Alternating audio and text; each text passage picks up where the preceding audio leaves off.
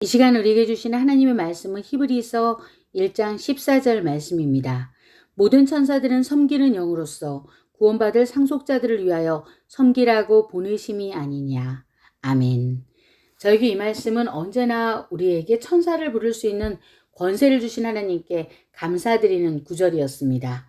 너무나 분명한 것은 우리 가운데 천사들이 활동하고 있다는 것입니다. 이 시간 나를 위해 돕는 천사를 보내시는 하나님이라는 제목으로 은혜를 나누겠습니다. 이 영적 존재가 부러워하는 대상은 누구일까요? 지혜롭고 시공간에 영향을 받지 않고 사람의 능력과는 비교할 수 없는 경이로운 힘을 가진 천사들이 부러워하는 대상은 자녀가 되어 상속받은 바로 우리입니다. 뉴 헤브리디스 군도의 개척 선교사 존 패튼 목사님은 천사들의 보호를 받았다는 흥미진진한 간증을 했습니다. 패튼 목사님과 사모님은 극한 죽음의 공포를 느끼며 밤새 하나님께 도우심을 기도했다고 합니다.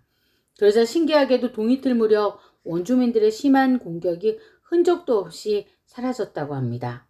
깜짝 놀란 그들은 구원을 베푸신 하나님께 감사하며 놀라워했다고 합니다. 그런데 그로부터 1년 뒤 그 부족의 추장이 회개하고 예수님을 영접하는 일이 일어났는데요.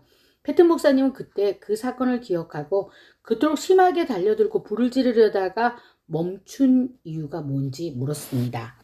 그때 추장은 오히려 의아한 표정으로 그런데 그곳에서 선교사님과 함께 있던 남자들은 도대체 누구였습니까? 라고 물었다고 합니다.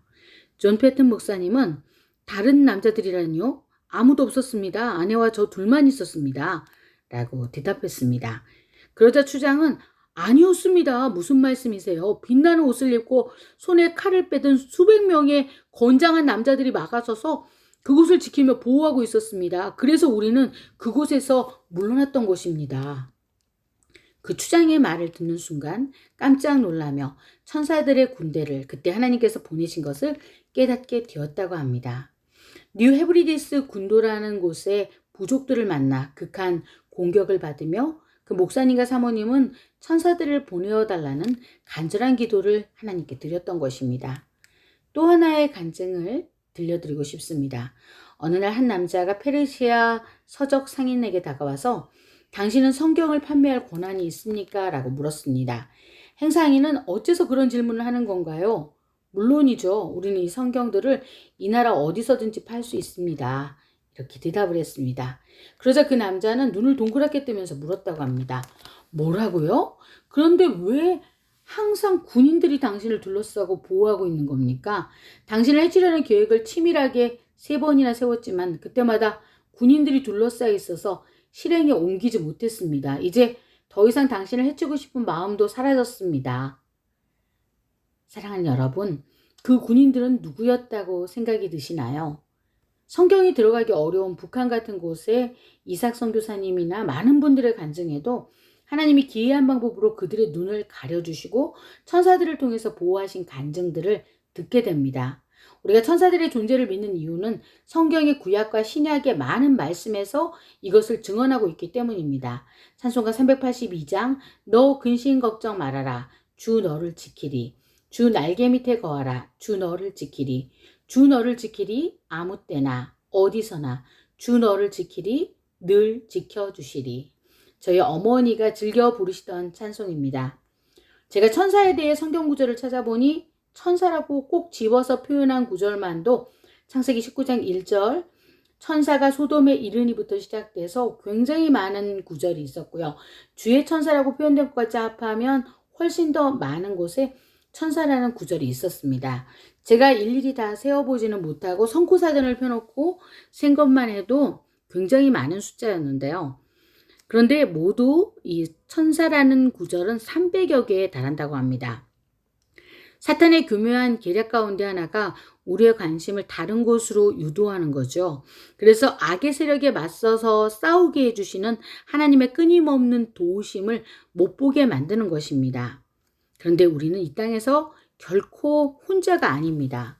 성경에 거의 300군데에 걸쳐서 하나님의 수많은 천사들이 하나님의 사역을 돕고 있고 우리를 돕고 있다고 증언하고 있습니다. 시편 91편 11절은 말씀합니다. 저가 너를 위하여 그 천사들을 명하사 내 모든 길에 너를 지키게 하심이라. 천사들은 겉모습을 자유롭게 바꿀 수 있고 순식간에 천국과 세상을 오갈 수 있는 능력을 지녔다고 말씀합니다. 천사들은 영적 존재이고 육체를 소유하지는 않습니다. 마가복음 12장 25절 말씀에 보면 천사들은 결혼을 하지 않는다고 나와 있습니다. 일부 성경학자는 히브리서 12장 22절 천만천사라는 성경 구절에 대해서 천사들의 숫자가 무수히 많다는 것을 알려주는 말씀이라고 전해주는데요. 여기서 천만은 정확한 숫자가 아니라 헤아릴 수 없이 많다는 의미를 지니고 있습니다. 그래서 그 숫자보다 훨씬 더 많은 숫자라고 여러분들이 보실 수 있으실 것입니다. 시편 68편 17절에 보면 하나님의 병거가 천천히요 만만이라고 증언했는데요.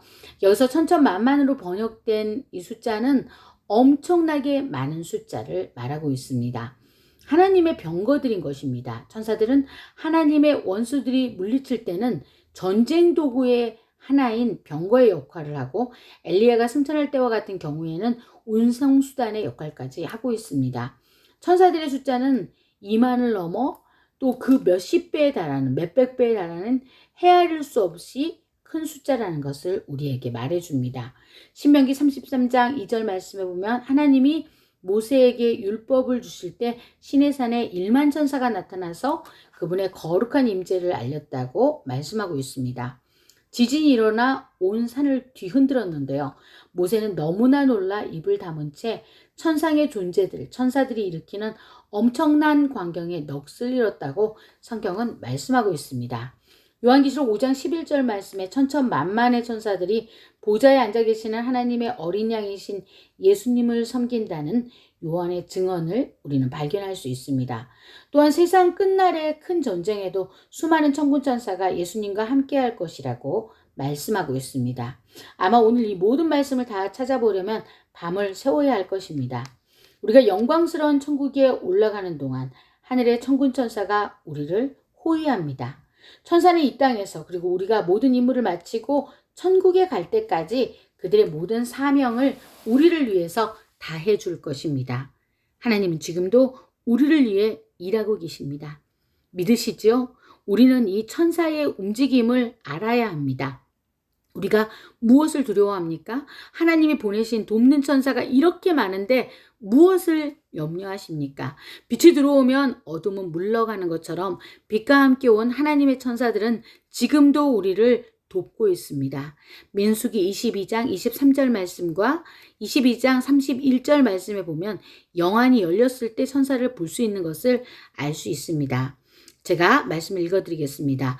나귀가 여호와의 사자가 칼을 빼어 손에 들고 길에 선 것을 보고 민수기 22장 31절 말씀도 이어서 읽어드립니다. 그때 여호와께서 발람의 눈을 밝히시매 여호와의 사자가 손에 칼을 빼들고 길에 선 것을 그가 보고 머리를 숙이고 엎드리니 아멘.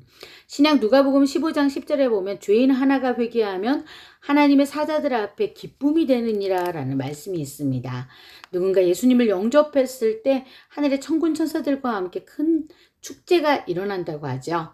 다니엘서 6장 22절 말씀에 나의 하나님이 이미 그 천사를 보내 사자들의 입을 봉하셨으므로 라고 말씀합니다. 창세기 32장 1절과 2절 말씀에 보면 야곱은 천사들을 일찍이 알아봤습니다. 그리고 그 땅 이름을 천사의 군대, 하나님의 군대라고 하고 그 땅 이름을 마하나임이라고 했습니다.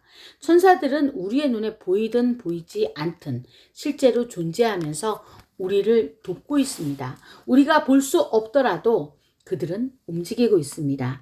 우리가 예수님을 믿고 주님이라고 시인한 그때부터 천사들은 우리를 호위합니다. 그 이유는 우리가 그분의 자녀이기 때문입니다. 왕의 자녀들이 호위를 받는 것은 당연하기 때문입니다. 부활의 때에는 우리가 천사보다 훨씬 더 우월해지기 때문입니다. 거룩한 천사들은 하나님을 아버지라고 부르지 않습니다. 오직 우리가 천사들과 비교할 수 없는 그러한 존재이기에 하나님을 아버지라고 부를 수 있는 것입니다. 천사들은 시험과 위험이 있을 때 우리의 호출에 달려와서 우리를 섬길 수 있습니다. 우리를 대신해서 보호하고 또 위험에 처했을 때 우리를 대신해서 달려가 줍니다. 베드로가 감옥에서 잠을 자고 있을 때에도 천사가 나타났습니다. 천사가 감옥 문이나 철빗장에도 조금도 방해받지 않고 통과한 것을 우리는 볼 수 있습니다. 천사가 감옥에 나타나서 베드로를 잠에서 깨웠고요. 히브리서 저자는 하나님이 천사들을 바람으로 그의 사역자들을 불꽃으로 삼으신다고 말씀하고 있습니다. 사랑하는 여러분, 눈을 들어보시면 하나님과 천사들을 보실 수 있을 것입니다. 우리를 지켜보는 천사들은 무한하신 하나님의 지혜에 따라 우리에게 응원을 보내며 언제라도 우리를 도울 준비를 하고 있습니다. 오늘 본문 히브리서 1장 14절을 저는 114로 쉽게 외우시라고 말씀드리고 싶습니다. 모든 천사들은 섬기는 영으로서 구원받을 상속자들을 위하여 섬기라고 보내심이 아니냐. 이 말씀은 언제나 우리가 기도로 천사를 부를 권세가 있음을 알려주고 있습니다. 말씀을 맺겠습니다. 찬송가 180장 하나님의 나팔소리 찬송가 가사에 보면 천사들을 세계만국 모든 곳에 보내어 구원받은 성도들을 모으리라는 가사가 있습니다. 바울은 데살로니가전서 4장 16절에 주께서 호령과 천사장의 소리와 하나님의 나팔로 친히 하늘로 쫓아 강림하시리니 그리스도 안에서 죽은 자들이 먼저 일어나고 라고 말씀하고 있습니다. 성경은 천사의 존재에 대해 거의 300번을 언급했습니다. 우리가 드리는 기도의 대상은 오직 하나님이시며 천사는 우리를 돕는 존재이며 하나님의 자녀들을 섬기는 영입니다. 하나님의 천사들을 통해서 이루어진 보호하심은 이루다 말할 수 없을 만큼 많습니다. 저 역시 아주 특별한 경험이 있습니다. 여러분도 그런 경험이 있으시리라 믿습니다. 오늘도 시편 91편 11절의 약속, 그가 너를 위하여 그의 천사들을 명령하사 내 모든 길에서 너를 지키게 하심이라 하신 그 말씀을 기억하면서 믿음으로 담대히 나가시기를 축복합니다. 하나님의 병거가 천천히며 만만으로 우리를 돕고 계신다는 것을 믿으면 우리가 기쁨으로 승리하는 것은 너무나 당연한 것입니다. 주님의 이름으로 나아갈 때 주께서 우리에게 여호와 니시의 깃발을 꽂아주실 것입니다. 할렐루야!